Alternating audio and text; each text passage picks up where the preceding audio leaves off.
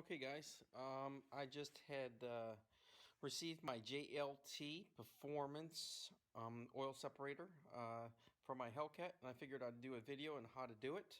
I haven't seen a video yet, so I figured I'd share. I have a 2015 Dodge Hellcat Phantom Black 6-speed, and I thought it would be a good idea to get the breather and oil separator as sometimes I'll go to the racetrack or I'll put my foot into it, and those excess pressures need to go somewhere. So thought that a catch can would be a good idea, and I figured I'd put it in there. Kind of wanted the stock look, so I decided to buy the kit from JLT.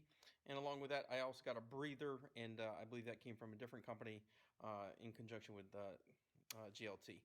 But the breather looks awesome. I'm gonna turn this video around so you can take a look at it and tell me what you think. All right.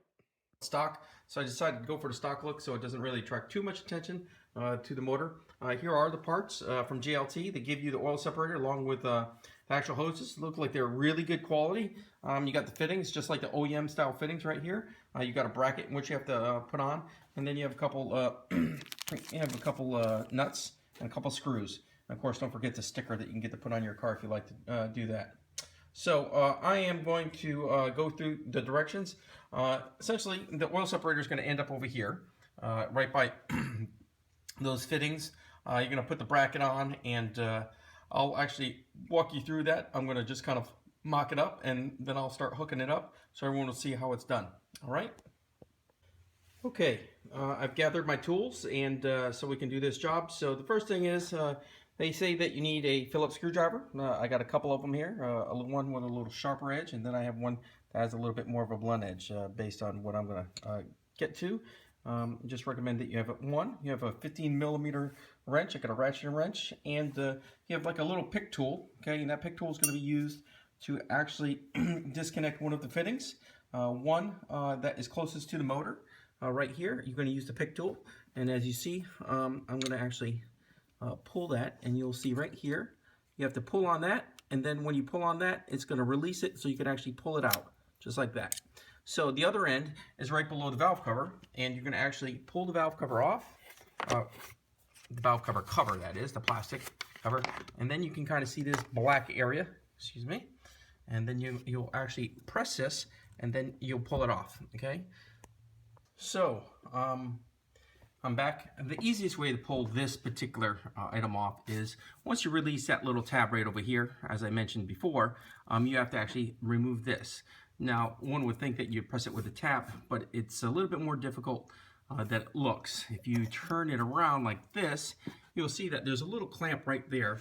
And if you just basically take your finger and move this up and off, what you're going to do is you're going to be able to release it a whole lot easier. So as such. And you just kind of slightly pull it off, and there you go, it's off. So now you have the breather assembly pulled off, and now you're ready to actually start putting on the other hoses. So let me get to that, and we'll get to the next part of the video.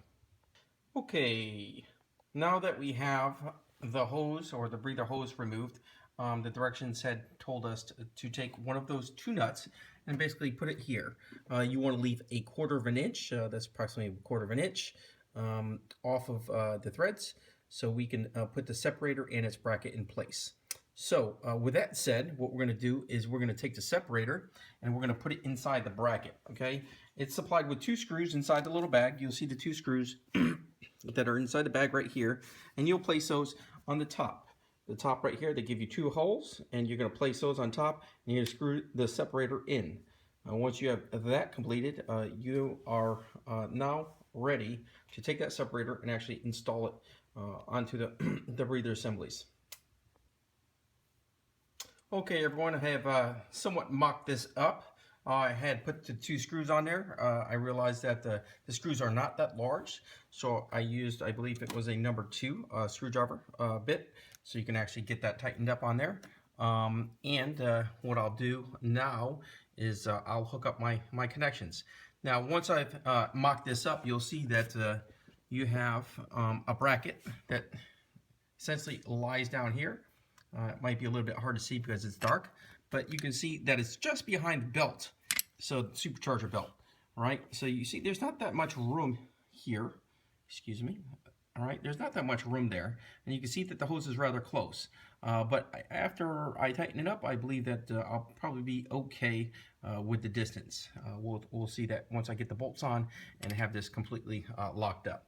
But as you can see, you'll see the hose is coming from this one right here on the passenger side. This one's actually going to the breather on right off the intake. And then right above the valve cover, you'll see the one that is closer to the driver's side is actually going to go towards the valve cover. So let me get this all locked up and we'll see how it looks when it's finished. Okay, I have locked up everything, and after the mock-up, I had tightened everything up, and this is what the finished product looks like. I probably spent a total of maybe 30 minutes, and that's including the video. So this is how it turned out. You see you have a stock looking fitting here. You have a stock looking fitting in the back here. It looks like it's good. The catch can is almost vertical. It's got a little angle to it.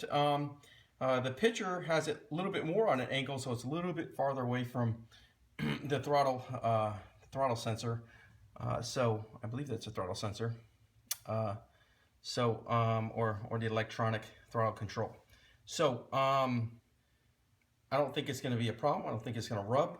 You can see that there's a good distance between that supercharger belt, and I believe that will be enough clearance, and I won't have any issues. So I'm going to put the valve cover back on, and I'll take a couple pictures so I can add to this video so everyone can see what it looks like in the end of the day. So that was my first mod to my 2015 Hellcat.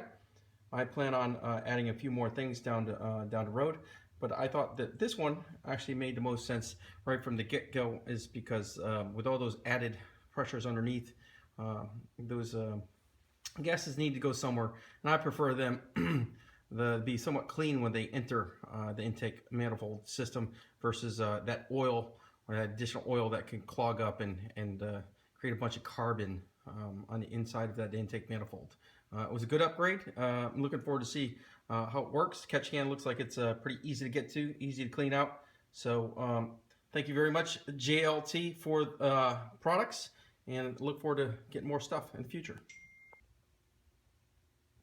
So last bit of notes for this install. I just wanted to talk about the tools and some actual tech tips if you guys are interested in putting this in.